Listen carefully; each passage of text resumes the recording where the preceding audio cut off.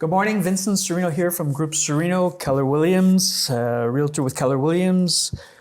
I'm here today with veteran building inspector Peter Elliott, and happy to have you today. Thank you so much for being here. It's a privilege to have you here. Purpose of our Q&A or our discussion and conversation will be to discuss the ins and outs of doing a building inspection and the importance of doing one for both sellers and we can say buyers as well. And what the differences might be. So I'll ask you a couple questions and hopefully we'll have a great conversation, and your wealth of experience will provide the viewers some great information, and the goal is for them to call you and to get your expertise and the expertise of that of your company. So Pro-Inspexx from Pro-Inspexx, and that's it. Okay. So we'll start to get right to it. So before we start, can you just maybe share your profile, a little bit of Montreal's most experienced building inspectors? I may not be the most experienced. One of them. You've now implied I'm old 3 times, so that's enough. I've been 20 years in the home inspection business. Prior to that, I spent 25 years as a foundation repair contractor, specializing in waterproofing. I've performed personally over 9,000 inspections, and my company, Pro-Inspexx Services, has performed over 18,000 inspections. The background is obviously foundation repairs for years, and then the initial training was with a franchise company, and then I've taken all the training that I'm obliged to take during the years. As an AIBQ member, which is the Quebec Association of Building Inspectors, I'm obliged to take, it was 20, is now 10 hours of continuing education credits every year. Plus I've attended seminars and national conferences. I've spoken at national conferences for CAHPI, which is Canadian Association of Home and Property Inspectors. So my background's old. Complete. Complete. We'll say complete, experienced. I've looked at many different kinds of homes. Even in the same day, I can be looking at a 100-year-old home in the morning and a 2-year-old home in the afternoon. So every home's unique. So they all have to be looked at. And you mentioned that you have a team. So yes, I have 3 inspectors that work for me: Paul Dewey, Drew Pelche, and Richard Baker. Between them, they have a breadth of experience. Paul used to be a lead hand for MJM Construction on the West Island, so he supervised the building of over 70 homes, plus he's an ex-painting contractor. Drew's an actual licensed carpenter, and his framing knowledge is phenomenal. And Richard was a former general contractor, who's also had previous building inspection experience before he joined me. So between us, we've got over 100 years of experience. And I've had the privilege of working with all of you over my 15-year career, and I can vouch for everything you just said. But clients are very pleased, and I'm always happy to when I'm working with buyers or sellers for a pre-listing, to recommend that they get their home inspected and get your knowledge and your experience, whoever is available to go to see them and provide and execute on their behalf. So thank you for that. Can you explain a little bit the process you and your team take, whether it's a pre-inspection or a property for sale or a buyer's consultation? And is there a difference? Maybe. Well, there's the 2 main types of inspection. The bulk of the inspections are pre-purchase inspections. Somebody has an accepted offer, conditional on inspection within 7 to 10 days, as you know. And the other type is a pre-listing inspection. And the only difference is that one's for the seller to be aware of what they're selling and maybe things that need fixing. The process is identical. So an inspection, if I can just explain it briefly, by our standards and practices, it's a visual inspection of the readily accessible systems and components of the home to identify apparent defects. And I stress the word apparent, you'll understand later. So you look at the 5 major systems are considered the roof, foundation, plumbing, electrical, and heating. That's where you can spend a lot of money. I always tell my clients I'm hunting for elephants, but I'm shooting squirrels. So we're trying to red flag what needs to be red flagged, what doesn't. But it's also, what are you buying? How old is it? How does it operate? What's the maintenance required? So it's an education for the buyer. Some buyers are very experienced. I've worked with engineers. Some buyers, I swear, haven't even been in a house before, never mind owned one. So you have to be open to all levels of experience and knowledge. And your job is to just educate. Here's what you're buying. Here's what's wrong with it. Here's what needs to be fixed. Here's what needs to be replaced. And here's how you maintain it. It's really it starts as a verbal owner's manual, and then the report will become almost an owner's manual for them to go through. And here's what you have to do. We try and prioritize. We don't price, but we'll try and give them an idea what they need to do immediately, what they need to do in 1 to 5 years, et cetera. What's long-term, what's short-term. How does a buyer or a seller choose a building inspector to execute and consult them on a pre-listing or a purchase? Over and above choosing yourself, but just would you recommend to someone that's has a different type of property, or doing whether it's a multiplex or a commercial or another secondary home? What would be the process of them to choose? Is there a qualification process or something? No. You should be a member of a recognized association such as ours, the Quebec Association of Building Inspectors. There was InterNACHI, but that's now been absorbed by the RBQ, I believe. Because unfortunately, we're not completely regulated yet. We've been lobbying the government for many, many years to be recognized as a professional association. It is now going forward that we're going to be recognized very soon, finally. There'll be a different standard that's be implemented within 3 years. It started in October, but you have 3 years to adopt it. And because right now you can be an inspector, so can the cameraman. Anybody can say, I'm an inspector. You're not, but there's nothing stopping you from doing that. So that's their first step, is make sure they're a recognized association. So there's at least a standard that they're going to follow. Plus they have to carry errors and omission insurance. So if something goes wrong, touch wood, the inspector is covered. That's the first step. And then you should question them yourselves. Referrals are one of the best things you get. Brokers do a lot of referring. You should have a good, trustworthy relationship with your broker. And one of my feathers in a cap that I'm very proud of is a lot of the brokers will use me for their personal purchases or recommend me to their children. So they're not using me because of any reason, but they trust me and I'm going to do a good job for them. And then ask your friends, ask your neighbors, and question the inspector, what's your experience? What have you done? They look at me and they see the white hair and it helps.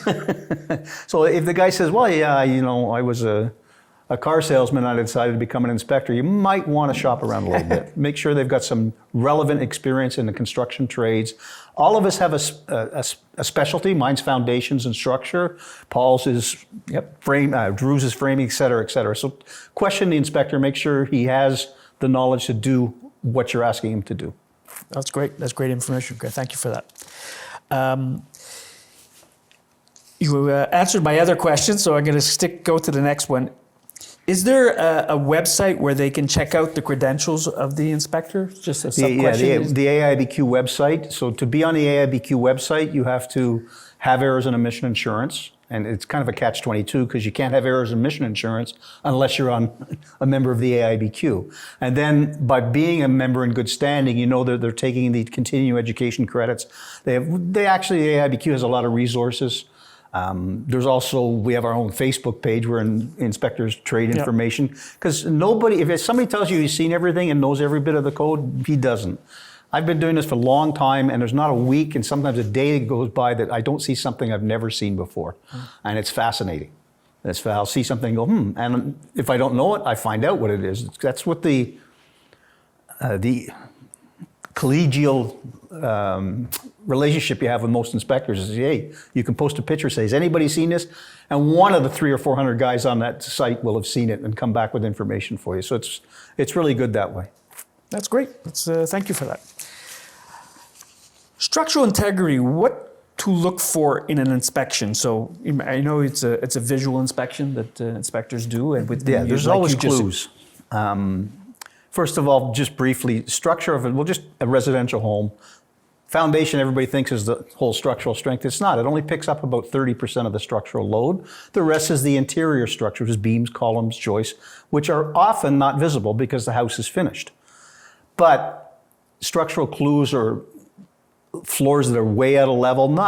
There's no such a thing as a straight floor. That's all the TV shows have gotten out of the way. Current code allows you to be off by what's called a ratio of 1 in 360, which is 1 millimeter for every 360 millimeters. So you'll see doors are out of square. They won't close. Windows are out of square. With the foundation, it's cracking. 80% of foundations crack. But if they're laterally displaced, pushed out, or differentially settled, then we're going to look closer. So there are always clues. You look for the straightness of the roof line. Is there any dip in the roof line? If so, you're going to go in the attic look. So there's always clues, and at that point, as an inspector, you're a general inspector, you're going to refer that they look further with an expert, either a structural engineer or a qualified general contractor. That's great. And does age matter when you're looking for these things? Age? The age of the property or the home? I know I said it earlier, but every home is different. Every home is unique. Everybody says all old homes are, you got to watch them for structure. But the old homes were built with what's called old growth lumber. When you go back to the 1920s, 1930s, old growth lumber took 50 years to grow. What we use is called new growth is farmed, and it's 20 years. So I have a picture I put in almost all my reports that shows old growth lumber cross section up to new growth. The density is ridiculous. So the old growth is actually stronger structurally, it's more impervious to insects, it's less likely to rot. However, they didn't frame them as well back then. So I always tell people, everything I talk about in inspection, whether it's heating systems, whatever it is, there's advantages and there's disadvantages. Most new homes are not prefab, but your roofs are pre-engineered. The trusses arrive already built, and it's a puzzle. Yeah. Back in the 50s, 60s, and earlier, it was hand-built, carpenter on site. Everything was framed by these guys who were excellent carpenters. Their 50s and 60s are very solid, but they're very straightforward and cookie cutter. That's it. You're going to get one style. Exactly. That's it. So everything has advantages, disadvantages. Age of concrete can be an issue depending on the quality, and the old rubble foundations can be, or stone if you want to call them, can be problematic at times. Every house has to be looked at individually. You can have two houses side by side with the same crack, and that crack in that house will leak and that one won't. And there's no explaining it because you're not looking underground. So just look at every home that needs to be individually inspected in and of itself. There are certain, I know I'm going on too long, there are certain areas where we kind of say, well, this area is susceptible to pyrite or this area is susceptible to ferrous oxide, but it's not a hard and fast rule because you can have those two things anywhere. Yep. But there are things you look for in certain areas. That's great. Thank you. That's very thorough. Thank you for that. Safety hazards. What are the potential hazards that can be discovered during an inspection? Safety is one of in my opinion, our priorities, and it's you have to look at it globally. Pretend there's a child going into every house, because pools, though we don't inspect pools, we want them fenced off according to current code. Smoke detectors, carbon monoxide detectors, handrails on stairs. It's so often they're not there. Uneven stairs, too steep stairs. Montreal's famous for the outdoor spiral or metal staircases. Yes. 50% of them you couldn't build them by code today. They're like, I went down one the other day, it was like this. They're so treacherous. So those are the things we look for, the height of the railings. Are they solid? Combustion appliances, not so much fireplaces as oil burning, which are out now, gas burning. We're trying to make sure there's no backdrafting. If we suspect a problem with a combustion burning device, we're flagging it, get the expert in here. They'll come in and check for drafting. So carbon monoxide infiltration from garages. So those are all the safety issues that we can deal with. And you have to be very, very aware of them. And I always just pretend there's a 3-year-old with me. Will their head fit between the banisters and stuff like that? So and so many people say, well, I don't have kids. And I always say, yeah, but your neighbor does. So those are the things I really stress during an inspection. Well, that's great. Thank you so much for that. Environmental concerns. Why is this so important now more than ever? And what are the environmental concerns, and how does it pertain to the building structure or building property, whether it's a multiplex? Well, people have become more hyper aware of environmental concerns. My favorite example is radon. Radon's in every house. I took a seminar from Health Canada years ago. Unless your house is built on stilts or in a tree, you have radon. It's degrees of radon, or quantities. And that changes over the years. Only a measured test, it can't be done in a building inspection. A true radon test takes 90 days according to Health Canada. And then it's the levels. And everybody, including Mike Holmes, who I idolize, says radon is the second leading cause of lung cancer. It's not quite true. Long-term exposure to elevated levels of radon is the second leading cause of lung cancer. We know what the first leading cause of lung cancer is. So radon is now built into the code where they build a remediation into new construction, which is basically like a sump pit under the floor. You can only measure it, as I said, over 90 days. if you're a smoker and it's elevated, you got to do it right away because you're more susceptible. If it's a little bit lower, they say remediate within 1 to 5 years. But only a radon test can perform that. The other environmental issues, you can't really measure for asbestos. You can't say that's asbestos. You kind of know, but unless it says made with asbestos, only a lab test can prove it. So we know prior to 1985, asbestos could have been used in the construction of your home. It could be in the plaster wall, it could be in 9-inch vinyl tiles, etc. It could be on pipe wraps for hot water heating systems. In the roof. It can be vermiculite insulation in the roof, which is no longer a hidden or latent defect, by the way, by latest court decisions. And this thing I was trying to explain to people about asbestos regulations, they're really written for workers. If you give a contractor the job to gut this house, he has to know what his guys are going to be breathing for 3 to 6 months. If you move into the house and don't disturb it or scrape it, it doesn't become airborne. People have been living in homes in TMR and Westmount for 80, 90 years. That most of them have asbestos somewhere. It doesn't affect it. It's when it becomes airborne. So those are the things when every report gets set. Any house before 1985, we have a paragraph that explains asbestos could be used. These are the possible products could be in. Can put up the cost of your renovations. That's the one thing that, because now you got to remediate. So those are about the only environmental things we can look for. Yeah. Okay. Well, that's great. So maintenance and repairs for the equipment. What do you review in this important topic, and do you make recommendations when you're going through the process with the client? Absolutely. So our job is to operate the mechanical systems. If it's above 12 degrees, we operate the air conditioning. If it's below 12 degrees, we'll operate the heating. I also, wherever possible, open up any service panels on the furnace and or boiler to identify if there's any issues visual. The age is usually identifiable through the manufacturer's label, and then we give them an estimated lifespan. Nothing is a guarantee from an inspector that if I tell you your water tank is 5 years old and they last approximately 10 years, I'm not guaranteeing it lasts 5 years. We're giving you a rule of thumb based on industry averages. 400,000 water tanks lasted 10 to 12 years, not just yours and Uncle Harry's. So we'll bring them through their mechanical systems. How does it operate? What does it operate? What's your maintenance, which is usually cleaning the filters and so on. If it's a combustion device such as gas or oil, have a service contract, absolutely all the time. Make sure it's safe. And lifespan, efficiency. Sometimes we can identify by size of what are called BTUs, which are the heating or cooling units. Maybe this unit's too small for the size of the house because it's a chart. Yep. So we'll identify things like that. If it's operational, not operational, when can you expect to replace it? Because a lot of times I know the heating and cooling system is going to, it's at the end of its engineered life. Look, it could work 10 days, it could work 10 minutes, it could work 5 years. You just know you're buying at the end of the engineered life. So we take them through it, make sure they understand what they're getting. And I always tell my people when it comes to heating system, my clients, what do you like? What do you have? What can you afford? And we go from there. They say, well, you have a gas-fired hot water boiler with radiators everywhere. If you want forced air, it's going to be very, very expensive to retrofit. So we bring them from there. And then they understand, oh, that's how this heating's. And again, there's advantages, disadvantages, every system. I won't go through them all now because you run out of tape. But that's it. You give them an understanding. Same with their electrical system. I open up every electrical panel I can to identify if there's any anomalies inside. What kind of wiring do you have? Does the amperage of the house seem sufficient for the demand?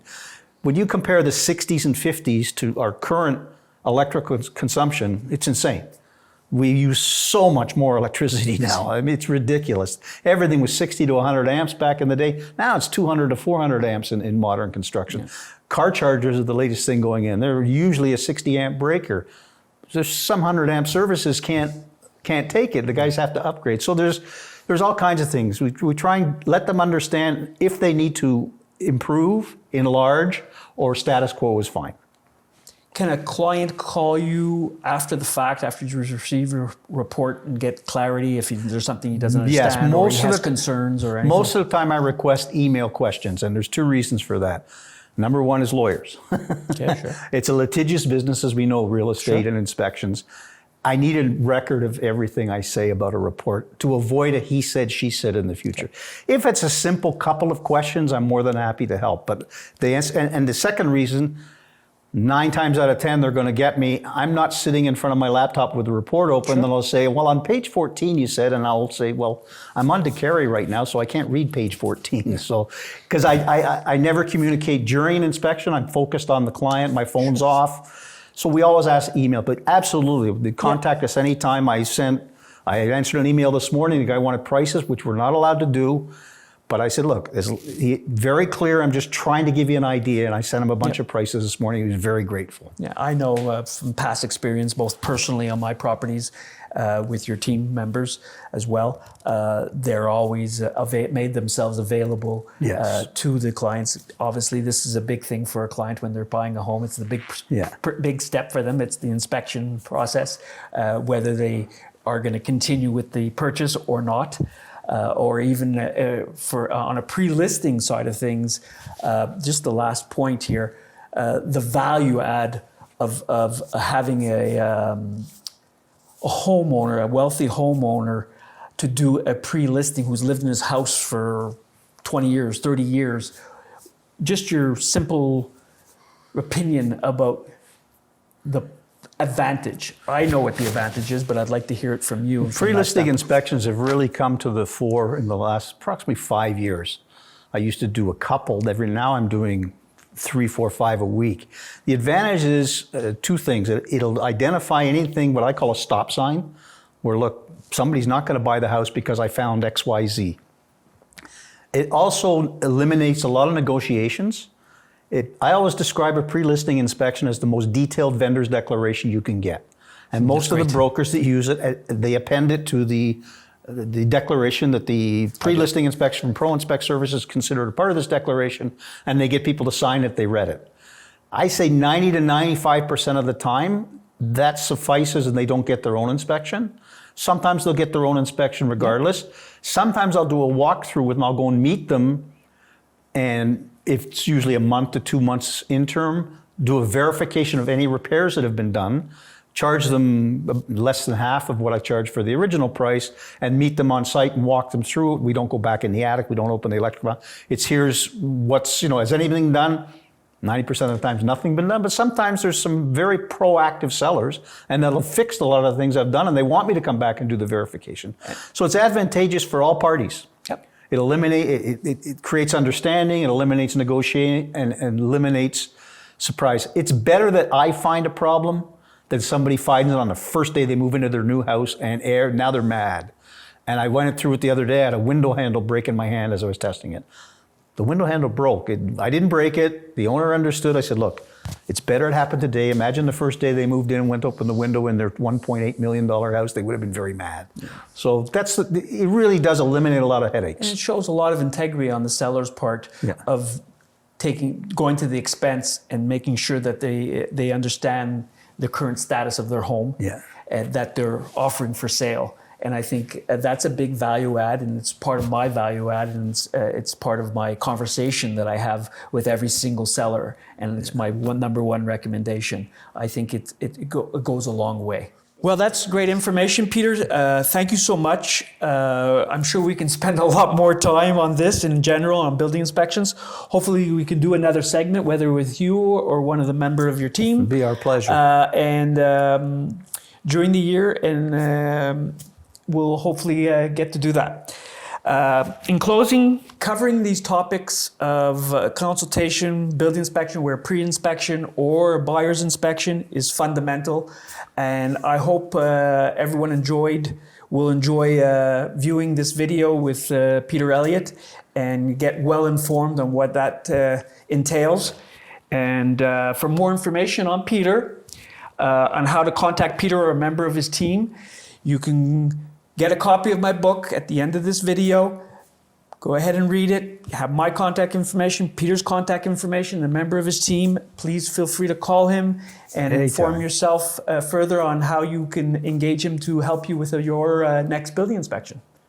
Thank you, Peter. Thank you very much. It was a pleasure. Thank you.